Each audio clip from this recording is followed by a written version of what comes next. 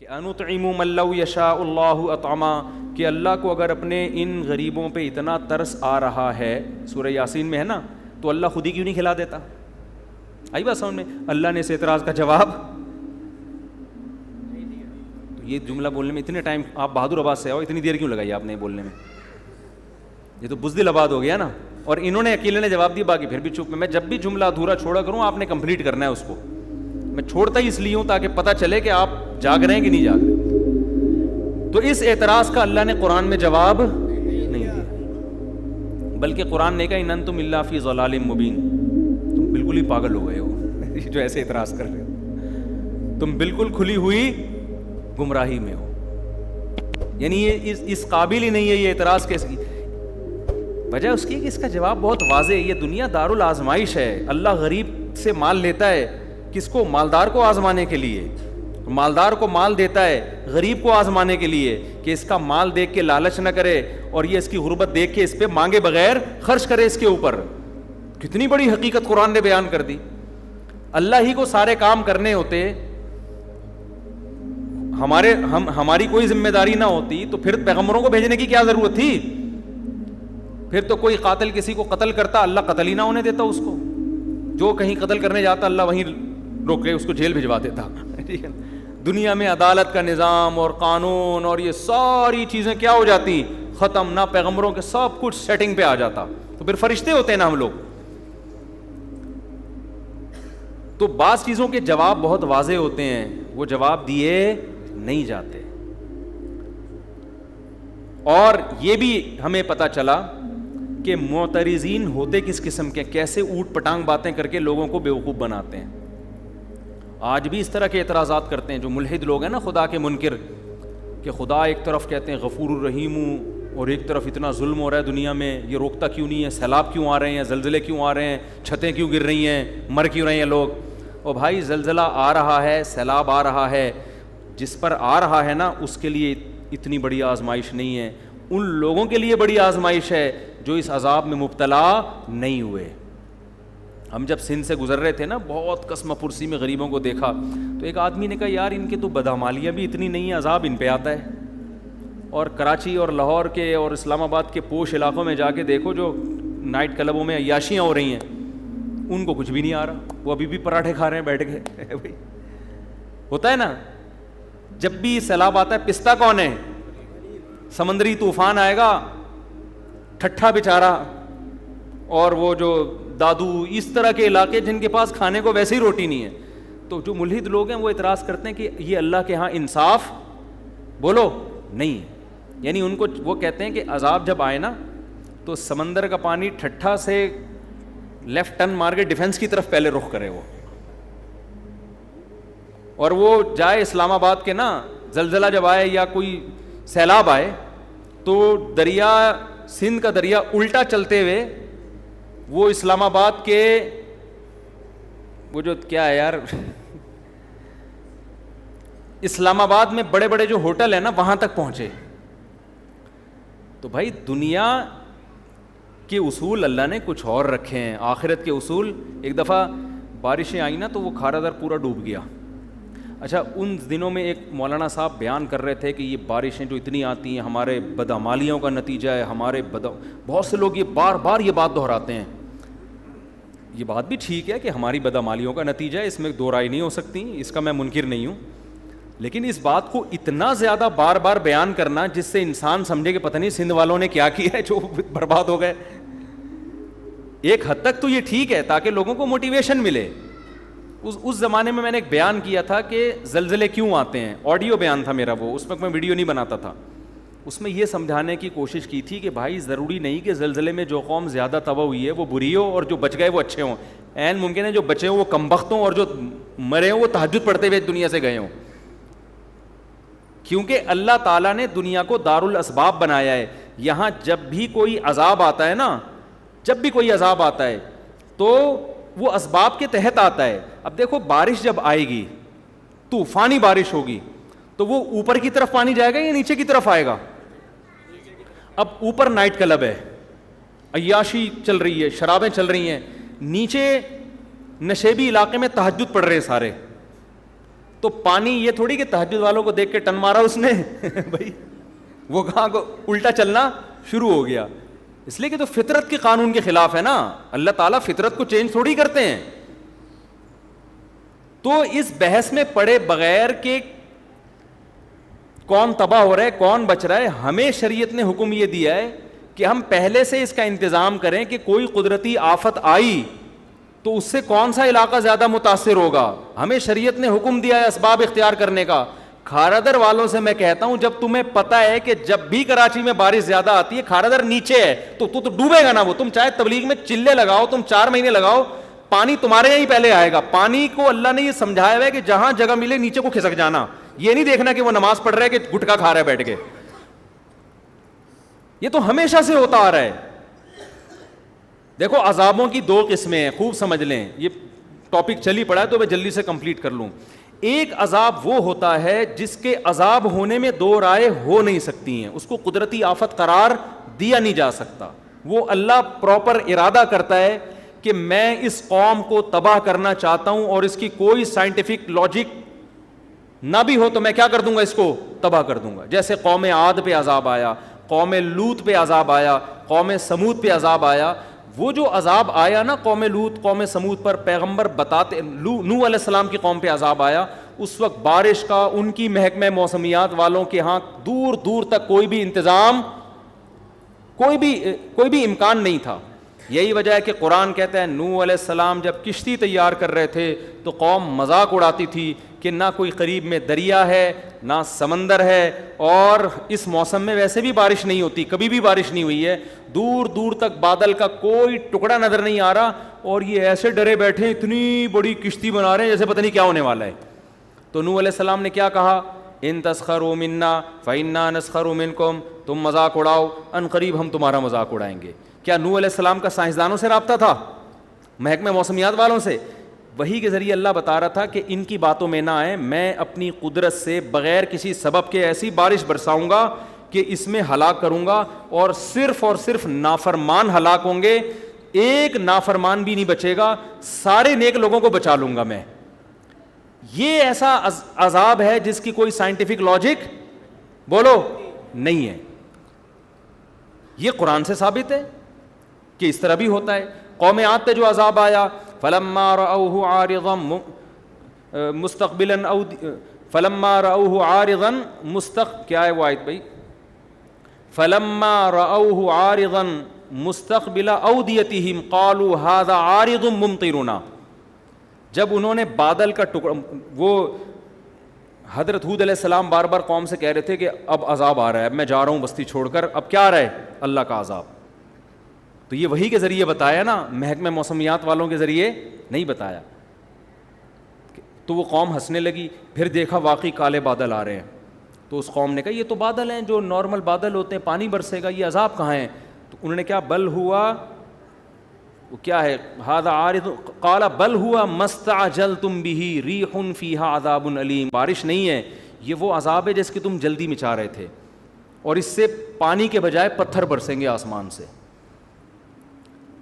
تو یہ وہ تھا کہ اس وقت جاپان کے سائنسدان بھی بیٹھے ہوئے ہوتے ہیں نا, محکمہ موسمیات والے, وہ بھی یہ کہتے ہیں یار اس کی کوئی سائنٹیفک لاجک نہیں ہے. بالکل ایسا ہی ہے جیسے عیسیٰ علیہ السلام بغیر باپ کے پیدا ہو گئے, کوئی لاجک ہے اس کی سائنٹیفک؟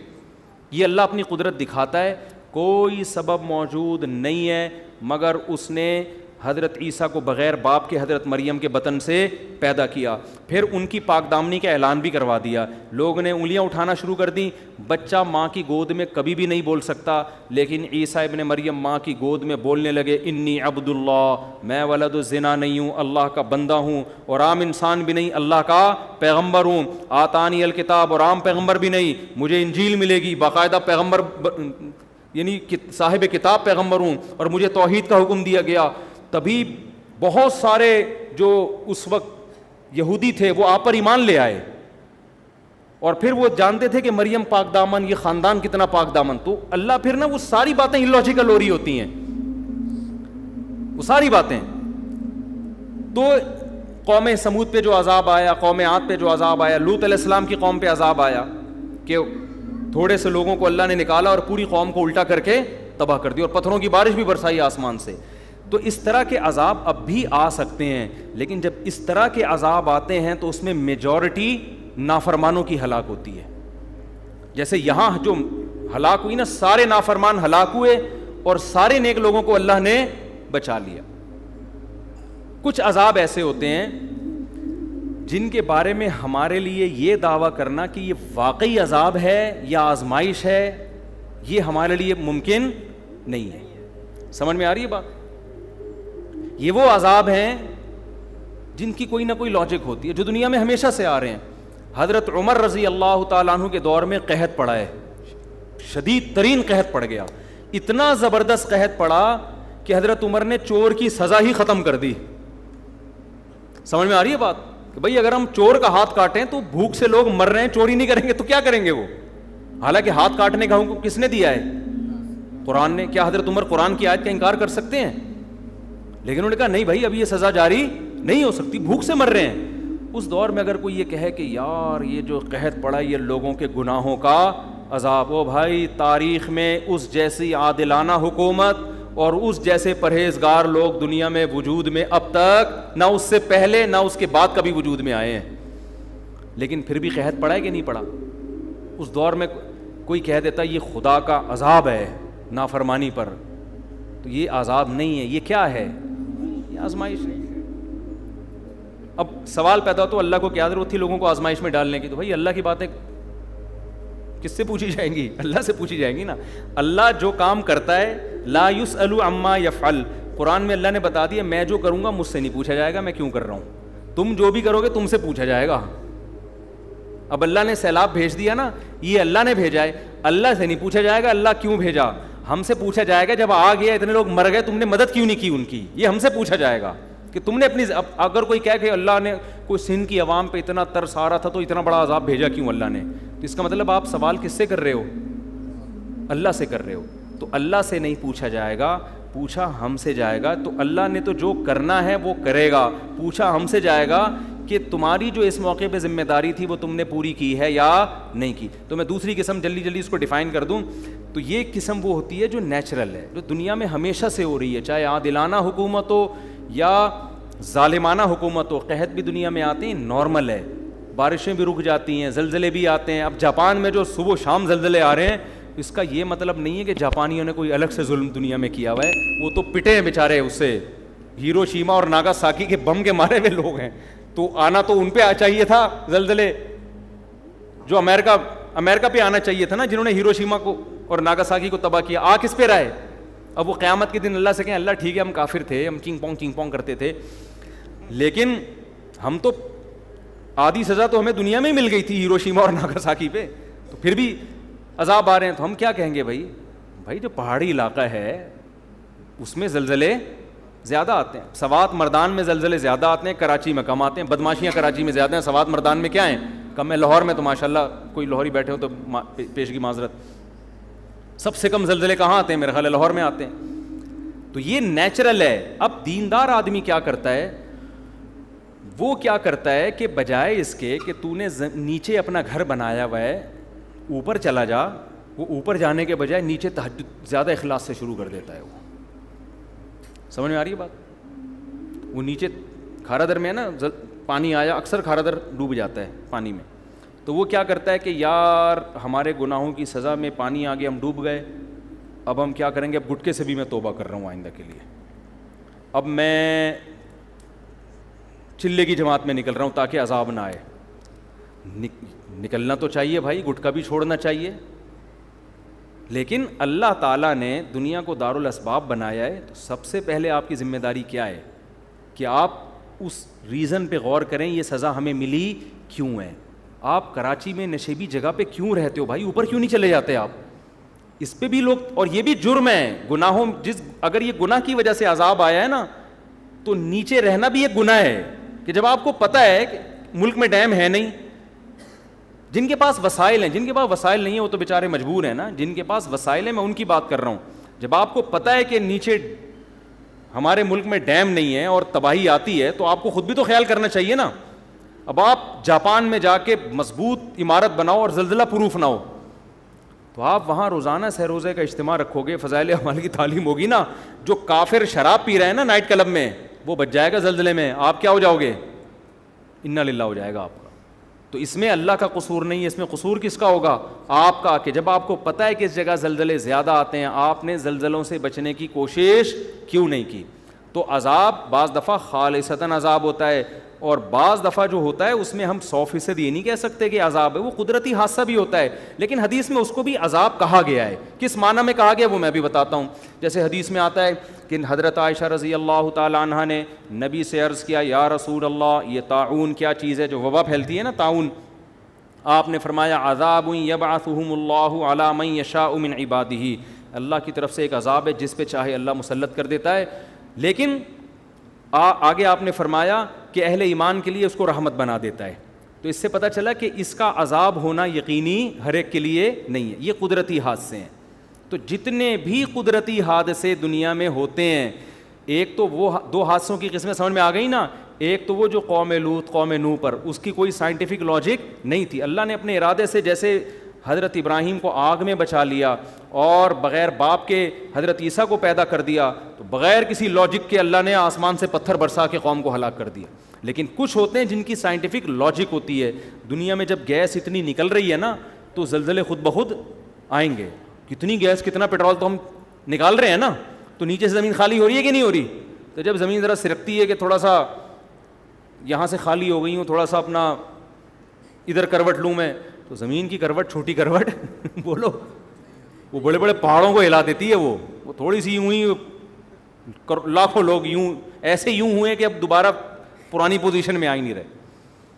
تو یہ جو اس قسم کے حادثات ہوتے ہیں, ان کے بارے میں نبی صلی اللہ علیہ وسلم نے 2 ٹوک بتا دیا کہ یہ نافرمان کے حق میں عذاب ہیں, فرما بردار کے حق میں کیا ہیں, رحمت.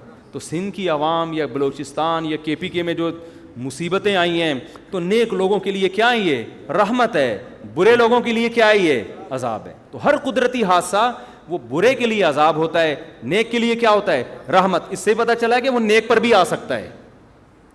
اس سے کیا پتہ چلتا ہے, وہ نیک پر بھی آ سکتا ہے. اب اسی میں آپ دیکھ لیں جو دینداروں کی حماقتیں, جب یہ کورونا پھیلا ہے نا, تو اس میں لوگوں نے کیا باتیں کرنا شروع کر دی تھی. میں بہت عرصے بعد کورونا پہ آیا ہوں, لیکن اب یہ ٹاپک کو سمجھانے کے لیے کہ جی مسجدوں میں نہیں آئے گا یہ کورونا. مسجدوں میں کیا ہوگا, ہم تو وہاں اللہ اللہ کرنے جاتے ہیں, وہاں وبا کیسے آئے گی. تو یہ تو حدیث سے یہ بات ثابت ہے کہ جتنی بھی قدرتی حادثات ہیں متاثر اس سے سب ہوتے ہیں. تبھی تو نبی نے فرمایا مومن کے لیے وہ رحمت بن جائے گی اور کافر کے لیے وہ عذاب بن جائے گی, نافرمان کے لیے عذاب بن جائے گی. تو نبی نے یہ تو نہیں کہا حضرت عائشہ سے کہ یہ طاعون اللہ کا عذاب ہے جس سے صرف کافر متاثر ہوگا, مومن کو یہ کچھ بھی نہیں کہے گی. یہ کہا نبی نے, کب کہے گی اس کو بھی, لیکن اس کے جب وہ تکلیف میں آئے گا تو گناہ معاف ہوں گے, مرے گا تو شہادت کا درجہ ملے گا. کیا خیال ہے؟ تو اس سے پتہ چلتا ہے بھائی وہ سینما گھر میں بھی جائے گی وبا, چاہے وہ کورونا ہو یا طاعون ہو, وہ مسجد میں بھی اسی اسپیڈ سے آئے گی جس اسپیڈ سے سینما گھر میں جا رہی ہے. تو لہذا اگر سینما گھر میں احتیاط کرنی ہے تو کہاں ہے, مسجد میں بھی اسی طرح احتیاط کرنی ہے. اب آپ یہ کہہ سکتے ہیں کہ جب نبی نے کہہ دیا کہ یہ وبا یہ رحمت ہے مسلمانوں کے لیے, تو رحمت تو لینی چاہیے نا, تو اس سے بچنا تو نہیں چاہیے. لہذا جب یہ رحمت ہے تو پھر تو طاعون کو گلے لگانا چاہیے. کوئی کووڈ کا مریض ہے, وہ ایک بندہ تھا نا کورونا کے دنوں میں, سگریٹ پی رہا تھا نا, کش لے رہا ہے, دھوئیں نکال رہا ہے بڑے بڑے سانس بھر کے. تو ایک بندہ اس کے پاس گیا, لڑکوں کی عادت ہوتی ہے نا جاتے ہی اس کے ساتھ کھانے میں شریک ہو جاتے ہیں, تو یہ گیا جاتے ہی سگریٹ لے کے کش لگایا اور کہا مجھے لگ رہا تو بڑی ٹینشن میں ہے, میں چاہ رہا ہوں تیری ٹینشن میں تیرے ساتھ شریک ہو جاؤں. سٹا لگا کے بول رہا کیا ہوا, تو ٹینشن کیا ہے, کہہ رہا ٹینشن یہ ہے کہ مجھے کورونا ہوا ہے. بس ہم نے یہ اسی کی سگریٹ کے کیا کر رہا ہے, ٹٹے لگانا شروع کر دیا اس نے. تو آپ یہ کہہ سکتے ہیں کہ جب یہ رحمت ہے تو پھر احتیاط کیوں کریں ہم. تو یاد رکھو یہ ایک اور شریعت کا اصول ہے کہ جتنی بھی آزمائشیں ہیں وہ اللہ کی رحمت اس وقت بنتی ہیں جب ان آزمائشوں سے ہم بچنے کی پوری کوشش کر لیں, پھر بھی اللہ مبتلا کر دے. اگر آپ ہی بچنے کی کوشش نہیں کر رہے تو پھر وہ حماقت ہے, پھر اس کو آپ رحمت نہ سمجھو. ارے ہر بیماری اللہ کی رحمت ہے یا نہیں ہے؟ حدیث میں آتا ہے بخار میں گناہ معاف ہوتے ہیں, حدیث میں آتا ہے بخار کی جو گرمی ہے نا, یہ جہنم میں جو مسلم کو عذاب ہونا تھا وہ گرمی کی شکل میں اللہ دنیا میں دے دیتے ہیں مسلمان کو. بخار بڑی حدیث میں بڑی فضیلت ہے کہ بخار کی وجہ سے جہنم کی آگ کیا ہوتی ہے, ٹھنڈی, گناہ معاف ہوتے ہیں. آپ نے کہا یار اتنی بڑی رحمت, آپ کیا کیا کہ جی مری میں برف میں جا کے سو گئے آپ, کہ یار میں چاہتا ہوں مجھے صبح کیا ہو جائے, تیز بخار ہو جائے. پھر جب 103 ہوا آپ نے کہا تھوڑی رحمت کا تقاضا اور چاہیے مجھے. سمجھ میں آ رہی ہے بات؟ یہی وجہ ہے کہ جب طاعون صحابہ میں پھیلا, صحابہ میں یہ حدیث پھیل گئی تھی کہ طاعون میں جو مرے گا وہ کیا ہوگا, شہید ہوگا. لیکن صحابہ کرام نے کیا کیا کہ لوگوں کو منتشر کر دیا, پہاڑوں کی طرف بھیج دیا. حضرت عمر رضی اللہ تعالیٰ نے ان پر بڑی ان کو اپریشیٹ کیا کہ انہوں نے, حافظ ابن حجر رحمۃ اللہ نے اپنے دور کا یہ واقعہ لکھا ہے کہ ایک علاقے میں طاعون پھیلا تھا تو لوگوں نے کیا کیا کہ اجتماعی طور پر دعا کا اہتمام کیا کہ بہت لوگ طاعون تو پہلے بہت اسپیڈ سے پھیلتا تھا, ایسے جنازے. تو لوگوں نے کیا ابن حجر رحمۃ اللہ نے یہ واقعہ لکھا ہے کہ لوگ نا سارے علماء اور بزرگان دین اور ساری عوام جمع ہو گئی جنگل میں, کیا صحرا میں جا کے نا مل کے زور زور سے اللہ سے دعا مانگتے ہیں گڑ گڑا کے تاکہ بیماری ختم ہو جائے. ابن حجر نے لکھا کہ جب وہ اجتماعی سطح پہ گئے دعا مانگی تو بیماری کم ہونے کے بجائے اور بڑھ گئی, کم ہونے کے بجائے کیا ہو گئی, اور وجہ کیا ہے؟ ابن حجر نے لکھا کہ وجہ یہ تھی کہ یہ بدعت کا ارتکاب کیا انہوں نے, اس لیے کہ ایسے موقع پہ میدان میں جمع ہو کے اجتماعی دعا حدیث سے ثابت نہیں ہے. حدیث سے تو نماز استسقاء میں ثابت ہے کہ اجتماعی طور پہ جمع ہو کے دعا مانگیں, یہ تو آپ نے اپنی طرف سے. لیکن اس کی ایک سائنٹیفک لاجک بھی ہے کہ بھائی اسلام پہلے آپ کو احتیاط کا حکم دیتا ہے, اس کے ساتھ دعا کا حکم دیتا ہے. سمجھ میں آ رہی ہے بات؟ بیماری جب یہ سب کو پتا ہے کہ طاعون کی بیماری ایک دوسرے سے لگتی ہے, اس زمانے میں بھی سب کو پتا تھا, تبھی تو لوگ ایسے علاقوں میں جاتے نہیں تھے جہاں طاعون پھیلا ہوا ہو. تو جب یہ ایک دوسرے سے لگتی ہے تو آپ جب جنگل میں صحرا میں سارے اکٹھے ہو جاؤ گے تو طاعون کے جراثیم یہ نہیں دیکھیں گے کہ کس کام کے, آپ فلم دیکھنے کے لیے اکٹھے ہو یا تہجد کے لیے اکٹھے ہو, جرثومے وائرس پہ کوئی فرق نہیں پڑتا. تو آپ اسباب اختیار نہیں کر رہے, جبکہ شریعت ہمیں کسی بھی کام میں کامیابی کے لیے سب سے پہلے اسباب اور پھر اللہ سے دعا. جو بعض لوگ کہتے ہیں نا سب سے پہلے دعا پھر اسباب, ان کا بھی ایک صحیح مطلب ہے. ان کا مطلب ہے کہ اسباب سے بچنے کا اہتمام تو کرنا ہے, فوراً دعا بھی شروع کر دینی ہے, لیکن اسباب کو بھی بھرپور طریقے سے اختیار کرنا ہے. سمجھ میں آ رہی ہے بات کہ نہیں آ رہی؟ تو ابن حجر رحمۃ اللہ علیہ نے لکھا ہے کہ اتنا کراؤڈ ہوا اور سب نے بہت گڑ گڑا کے دعائیں مانگی, مگر جو موت کا تناسب تھا وہ پہلے سے بہت تیزی سے بڑھ گیا. تو وجہ اس کی یہی ہے کہ بھائی آپ, اور یہ حماقت آج بھی لوگ کر رہے ہوتے ہیں, آج بھی لوگ کر رہے ہوتے ہیں. بیمار آدمی کے بھائی احتیاط پر کو فوکس کرو, اس کی صحت کا خیال کرو, وہ کر نہیں رہے ہوتے اور اس کے ساتھ صرف دعا پر دعا تو بہت ہی ضروری ہے. ایک آخری بات کر کے بس بیان ختم کرتا ہوں کہ دیکھو یہ تو میں نے دو قسم کے حادثات کی پوری ڈیٹیل بتا دی نا, کہ ایک تو وہ واقعی جو خالصتاً قدرتی ہوتے ہیں, اور ایک وہ جس کی لاجک زمین میں ہمیشہ سے نیک لوگوں پر بھی آفتیں آتی ہیں, بروں پر بھی آتی ہیں, بیماریاں بھی اور زلزلے بھی اور طوفان بھی. تو ہمیں بجائے اس بحث میں کہ یہ عذاب ہے کسی کے گناہ کی وجہ سے یا یہ کیا ہے, ہمیں وہ یہ تو اللہ کا کام تھا نا جو اللہ نے کیا, ہمیں اللہ کہتا ہے تم وہ کرو جو تمہاری ذمہ داری. ہماری ذمہ داری کیا ہے؟ ایسے موقع پہ وہ کرنا ہے جو صحابہ کیا کرتے تھے, غریب کے ساتھ تعاون. اور مشرک کیا کیا کرتے تھے کہ جب اللہ کو اس پہ اتنا ترس آ رہا ہے تو اللہ نے اس کو غریب بنایا کیوں؟ تو وہ آج بھی کہہ سکتا ہے مشرک کہ اگر اللہ ہم سے کہہ رہا ہے کہ سیلاب زدگان کی مدد کرو تو اللہ کو اتنا ان پہ ترس آ رہا ہے تو سیلاب بھیجا کیوں؟ ٹھیک ہے نا, اللہ نے زلزلہ ڈالا کیوں؟ تو اللہ کہے گا جو میرا کام ہے بھائی وہ میں کروں گا, جو تمہارا کام ہے کس نے کرنا ہے؟ تم نے. اور یہ بھی ذہن میں رکھو کہ عذاب یہ جو قدرتی آتے ہیں نا, یہ بھی بعض دفعہ خالصتاً عذاب بھی ہوتے ہیں. اس کی وجہ یہ ہوتی ہے کہ آپ نے اس سے بچنے کا اہتمام نہیں کیا ہوتا. ہمارے ملک میں ہمارے حکمرانوں نے ڈیم بنانے کا اہتمام نہیں کیا. جب بھی ڈیم بنانے کی کوشش کی گئی ہے عوام نے رکاوٹ ڈالی ہے, بیوقوف عوام نے, جو آپ کے علاوہ کی بات کر رہا ہوں میں. نوشہرہ کے بارے میں بات کی گئی تھی, جی کالا باغ ڈیم بن گیا تو نوشہرہ ہلاک ہو جائے گا, ڈوب جائے گا. حالانکہ وہ ڈیم نہیں بنا تو نوشہرہ کیا ہو گیا ہے؟ ڈوب گیا ہے. لیکن ہمارے پبلک میں سینس بولو نہیں ہے. تو یہ اب یہ اللہ کا, یہ تو قدرتی آفت بھی نہیں ہوئی نا, یہ تو ہماری اپنی یہ تو ایسے جیسے مری کے برف خانے میں جا کے لیٹ گیا, ٹھیک ہے نا, اور کہ نیچرل ہے بیمار ہونا, بخار ہونا. بھائی نیچرل جب ہوتا ہے جب آپ کے گھر میں وائرس داخل ہوتا, آپ تو خوب برف میں نہا رہے ہو اور ٹھنڈے پانی سے نہا رہے ہو برف میں جا کے آپ, تو یہ تو حماقت ہے. تو دنیا میں ہر جگہ, امریکہ میں اس سے زیادہ بارشیں ہوتی ہیں, وہاں کیوں نہیں ہوتا؟ تو ہم نے تو کوئی انتظام. اور ایک فلسفی کا بیان آیا تھا کچھ دن پہلے کہ ہمارے ملک میں ڈیم ہے نہیں اور یہ مولوی لوگ بچے پیدا کرنے کی ترغیبیں دے رہے ہیں. کچھ دن پہلے ان کا بیان آیا, ڈیم ہے نہیں, پانی ہے نہیں اور بچے پیدا کرنے کی. میں نے کہا اس پاگل کو دیکھو, ابھی بھی کہہ رہے ہیں ہمارے ملک میں پانی نہیں ہے. کوئی ایک بچہ بتاؤ جو پانی کی کمی سے ہلاک ہوا ہو.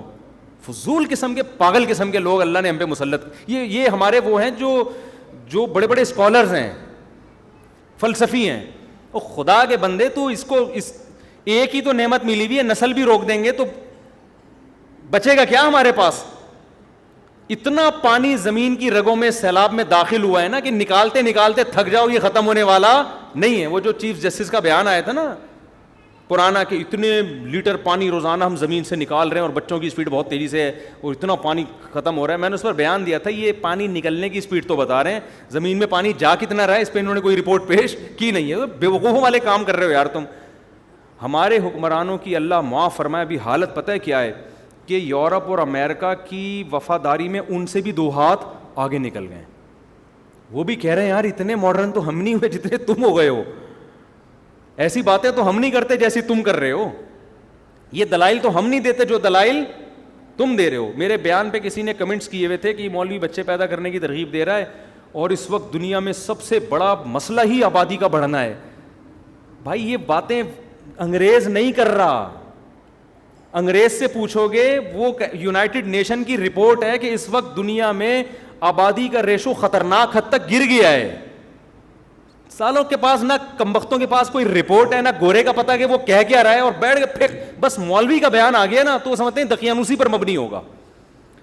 یونائٹڈ نیشن کی رپورٹ ہے یہ BBC میں شائع, میں نے خود پڑھی ہے کہ بچوں کی جو گروتھ ریشو ہے نا وہ خطرناک حد تک گر گیا ہے. دیکھو آپ یہ نہیں دیکھا جاتا دنیا میں آبادی کتنی ہے, یہ دیکھا جاتا ہے گروتھ ریشو کتنا ہے.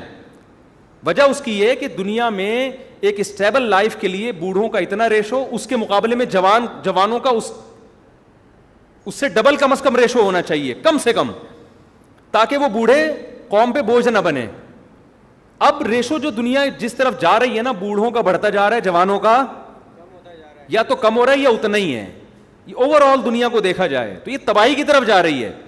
تبھی تو امریکہ, کینیڈا اور اتنے بڑے بڑے ملکوں میں بچوں کے پیدا کرنے پر کوئی پابندی نہیں ہے, وہ تو پیسے دے رہے ہیں یار.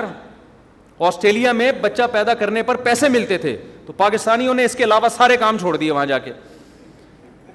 تو آسٹریلیا نے ایک لا چینج کر لیا کہ یار یہ کمبخت تو آگے کچھ کر ہی نہیں رہے سوائے بچے پیدا کرنے کے. تو میں جب آسٹریلیا گیا میں نے ان کو کہا کہ بھائی آپ نے گورنمنٹ نے الاؤنس دینا بند کر دیے تو اس سے آپ کی اسپیڈ پہ فرق نہیں آنا چاہیے. آپ دوسرا کام بھی کریں لیکن اسپیڈ آپ وہی رکھیں جو آپ کی ماضی میں تھی. ٹھیک ہے, اسپیڈ کی. اتنا بڑا کنٹری ہے آسٹریلیا, برساتی مینڈکوں کی طرح بھی بچے پیدا ہوں بھرنے والا نہیں ہے. 5 گھنٹے تو ایک شہر سے دوسرے شہر جانے میں لگتے ہیں. بلوچستان جا کے دیکھ لو یار, اسپیس ہی اسپیس ہے. اور یہ کہہ رہے ہیں ملک میں جگہ جنگل وہ جگہ نہیں ہے, اسپیس کم ہے. گراؤنڈ کراچی سے حیدرآباد چلے جاؤ نا, اتنی اسپیس ہے. آدمی کہتا ہے کتنی بھی اسپیڈ سے, پوری دنیا کو دیکھو تو کیا ہوگا حال. بالکل ان کو صرف مولویوں سے نفرت ہے. یہ سمجھتے ہیں مولوی پڑھے لکھے نہیں ہیں, ان کو معلومات نہیں ہے. بھائی جو چیز مشاہدے سے نظر آ رہی ہے اس میں کیا آپ کو کیلکولیشن کرنے کی ضرورت ہے. تو فضول قسم کی باتیں. تو وہ ایک نے پھینک دی تھی ہمارے چیف جسٹس صاحب نے کہ زمین سے اتنا پانی, اتنے وہ کیلکولیشن بتاتا ہوں اڑے اتنے کروڑ گیلن نکل رہا ہے بیٹا, اب تو مر گئے اگلے سال. وہ کمبخت تو جا کتنے کروڑ گیلن رہا ہے. ابھی جو زمین کی رگوں میں اس بارشوں میں پانی گیا ہے نا, نسلیں پی سکتی ہیں یہ پانی. اور اگر ڈیم بنے ہوئے ہوتے کتنی بجلی پیدا ہوتی. اس میں جو ہے نا آپ جو مچھلیوں کی جو بریڈ کتنی کر سکتے تھے, اس میں 20 کام ہو سکتے ہیں. سارا زور کروڑوں روپے کا سرمایہ بچوں کی اسپیڈ روکنے پر لگایا ہوا ہے, جو پیسہ آپ کا وہاں خرچ ہونا چاہیے. حتیٰ کہ روکا جا رہا ہے نسل کو کہ بچے تعلیم یافتہ نہیں ہوں گے لہذا 2 ہی اچھے. اور آپ کو پتہ ہے ایجوکیشن پہ اتنا خرچ نہیں ہو رہا جتنا فیملی پلاننگ پہ خرچ ہو رہا ہے. یہ بھی آپ کو ہم لطیفے سنا رہا ہوں میں بیٹھ کے, یعنی لطیفے سے مراد خبریں سچی ہیں لیکن یہ ہماری گورنمنٹ کے لطیفے ہیں. یعنی تعلیم کے نام پہ نا کہ بچے کم ہوں گے تو ایجوکیٹڈ ہوں گے, تو اس میں فیملی پلاننگ کے لیے جو بجٹ رکھا ہے نا تاکہ بچے ایجوکیٹڈ ہوں, وہ ایجوکیشن کے لیے اتنا بجٹ نہیں ہے, سمجھ رہے ہو نا. تعلیم کو فروغ دینے پر اتنا پیسہ خرچ نہیں ہو رہا جتنا مانع حمل تدبیریں کے لیے اور جو اس کے لیے جو لیکچرز ہو رہے ہیں اور اس کے لیے جو موٹیویٹ کیا جا رہا ہے عورتوں کو گاؤں گاؤں جا کے, اس پہ زیادہ پیسہ خرچ ہو رہا ہے. تو سارے فضول قسم کی. اللہ کا شکر ہے اللہ نے ہمیں مدرسے میں پڑھا لیا, میں تو اللہ کا بڑا شکر ادا کرتا ہوں تاکہ ہمارا گھر بھی الحمدللہ اس بہانے آباد ہو گیا, ورنہ ہم بھی پڑھے ہوئے ہوتے تو آج ہماری ایک بیوی ہوتی, ایک آدھ بچہ ہوتا, میری زندگی کا سارا مزہ ہی خراب ہو گیا تھا یار. ابھی تو ہم کسی ملک سے جاتے ہیں ایسے بچے انتظار کر رہے ہوتے ہیں, ابا آ رہے ہیں, ہر سائز کا بچہ ہے ماشاءاللہ, بیٹے بھی, اللہ نظر بس سے بچائے. میں تو کہتا ہوں یار اسلام کا یہی ایک احسان ہمارے اوپر اتنا بڑا ہے کہ اسلام نے ہمارے گھر کو آباد کر دیا, اور بڑھاپے میں یہ سارے جوان ہو چکے ہوں گے انشاءاللہ, یہ سارے جوان ہو چکے ہیں بڑھاپے میں, وہ اس کے اپنے مزے ہیں. تو پتہ نہیں وہ دو بچے لے کے کیا کر رہے ہیں یار لوگ. تم ٹھیک ہے یہ بھی, ان کو بھی پھینکنا نہ کہیں, یہ بھی اچھے ہیں. گھر بھرا ہوا ہو, ہزار گز کے بنگلے, دیواریں کھا رہی ہیں یار, آبادی نہیں ہے گھروں کے اندر. بڑھاپے میں اپنے مزے, داماد ہوں گے ہول سیل کے حساب سے, بہویں ہوں گی, ان کے بچے ہوں گے. دادا پٹھانوں میں جا کے پشاور میں دیکھو, دادا کے مزے ایسے ہیں آپ مائیکل جیکسن کے مزے بھول جاؤ گے. میں تو دیکھتا ہوں نا جا کے پٹھانوں میں, پشاور مردان ہو, ایک دادا بیٹھا ہوگا, وہ میرا پوتا ہے, وہ نواسا ہے, یہ 8 چاچے ہیں, یہ پتہ نہیں اتنی بڑی فیملی ہوتی ہے, دادا بیٹھ کے کھا رہا ہوتا ہے اکیلا, اور عزت بھی مل رہی ہوتی ہے اس کو. تو خیر اب یہ تو ٹاپک میں کئی بار چھیڑ چکا ہوں, کہاں سے کہاں چلے ہم. جو اصل بات کہہ رہے تھے غریبوں کو کھانا کھلا دیا. ہاں آخری بات جو ہے نا وہ یہ رہ گئی تھی کہ ہمارے یعنی سبق کے لیے ہمیں ہر مصیبت کو اپنے لیے عذاب ہی سمجھنا چاہیے. یہ شریعت کی تعلیم ہے, چاہے حقیقت میں وہ عذاب ہو یا نہ ہو, ہمیں یہ سمجھنا چاہیے. میں اس ایک مثال سے سمجھاتا ہوں. جب کراچی کے حالات خراب ہوئے تھے نا تو علماء بہت کہہ رہے تھے یہ بدعمالیاں جن کی سزا مل رہی ہیں, بالکل ٹھیک بات تھی, یہ بدعمالیوں کی سزا. اور یہ جو سیلاب آیا ہے اس میں جو میں کہہ رہا ہوں نا کہ یہ ضروری نہیں کہ عذاب ہو, تو یہ بھی ضروری نہیں کہ عذاب نہ ہو, عین ممکن ہے کہ یہ کیا ہو, عذاب بھی ہو. ہمیں کیا کرنا ہے؟ تو ہمارے حضرت فرمایا کرتے تھے کہ ہم میں سے ہر آدمی کو سوچنا چاہیے دنیا میں کہیں بھی آفت آئے تو ہمیں یہی سوچنا چاہیے یہ عذاب ہی ہے, اور کسی اور کے گناہوں کی سزا نہیں بلکہ میرے گناہوں کی سزا ہے. یہ اللہ ہم سے چاہتا ہے کہ بے شک وہ کسی اور کے گناہ کی سزا ہے یا سزا نہیں بھی, یہ قدرتی حادثہ ہے, لیکن جس کے دل میں اللہ کا خوف ہوتا ہے وہ یہ سمجھتا ہے کہ یہ عذاب ہی ہے اور یہ میرے گناہوں کی وجہ سے ہے. وہ اپنے گناہوں کا استحضار کرتا ہے. دیکھو نبی سے بڑھ کر دنیا میں کوئی ہو سکتا ہے؟ حدیث میں آتا ہے جب بھی مدینہ میں گہرے بادل آتے تھے آپ صلی اللہ علیہ وسلم خوف زدہ ہو جاتے اور مسجد میں جا کے دعائیں مانگنا شروع کر دیتے. حالانکہ گہرے بادل آنا کیا ہے, نیچرل ہے, اور نبی سے تو کوئی گناہ ہوتا ہی نہیں ہے. لیکن جس کے دل میں تقوی اللہ کا خوف ہوتا ہے نا, وہ تو نبی یہی سمجھتے تھے. پھر نبی جا کے دعا مانگتے, اے اللہ تو نے مجھ سے وعدہ کیا ہے کہ جب تک میں ان کے درمیان موجود ہوں تیرا عذاب نہیں آئے گا. حالانکہ مدینہ میں تو اب بھی بادل آتے ہیں. تو اس سے پتہ چلتا ہے کہ جس کے دل میں خوف ہوتا ہے بھائی وہ تو ہر مصیبت کو اپنے گناہ کی سزا سمجھتے. تو سمجھنا ہمیں, یہ تو میں نے ایک نالج کے لیے ایک پورا بیان کیا. جب کراچی کے حالات خراب ہوئے تھے, بہت قتل و غارت ہو رہا تھا, حضرت بار بار ہمیں نصیحت کرتے تھے کہ دیکھو یہ گناہوں کا عذاب ہے جو کہ کسی اور کے گناہوں کا عذاب. اپنے بارے میں انسان خوش فہمی مبتلا ہو جاتا ہے, میں تو بڑا نیک ہوں, میں تو تہجد گزار ہوں, میں تو نمازی ہوں, میں تو حاجی ہوں, میں تو یہ ہوں. فرمایا سمجھو یہ میرے گناہوں کا عذاب ہے. تو حضرت کہتے ہیں میں یہ سمجھتا ہوں مجھ سے کوئی کوتاہی ہوئی ہے جس کا یہ عذاب ہے. تو استحضار ہم سب کو یہی کرنا چاہیے. کچھ بھی آفت آ رہی ہے اپنے گریبان میں جھانکے بھائی شاید یہ میرے سے کوئی غلطی ہوئی ہے جس کا یہ عذاب. اگر کوئی عالم بہت نیک ہے, کوئی گناہ نہیں ہو رہا اس سے, وہ یہ سمجھے میں تبلیغ میں کوتاہی کر رہا ہوں, جتنا میرے ذمے تھا حق بیان کرنا میں اتنا حق بیان نہیں کر رہا جس کی وجہ سے یہ عذاب ہے. تو سمجھنا ہم سب کو یہی چاہیے کہ یہ میرے گناہوں کی سزا ہے, لہذا اللہ سے توبہ اور استغفار کرنا چاہیے. اس کا فائدہ کیا ہوگا؟ اگر یہ واقعی آپ کی گناہوں کی سزا ہے توبہ استغفار سے معاف ہوگی, نہیں ہے تو توبہ استغفار کرنے پہ کوئی ٹیکس لگتا ہے کیا؟ آپ کے درجات کیا ہو جائیں گے؟ بلند ہو جائیں گے. اللہ کی نظر میں مقام بڑھ جائے گا. اللہ کہے گا سزا اس کو ملی ہے, گناہ اس کے تھے, اور یہ بندہ میرے کتنا خوف رکھتا ہے کہ یہ سمجھ رہا ہے کہ یہ میرے گناہوں کی, اس سے اللہ کا قرب آپ کو کیا ملے گا؟ اور زیادہ ملے گا. اللہ تعالیٰ سمجھنے کی عمل کی توفیق عطا فرمائے.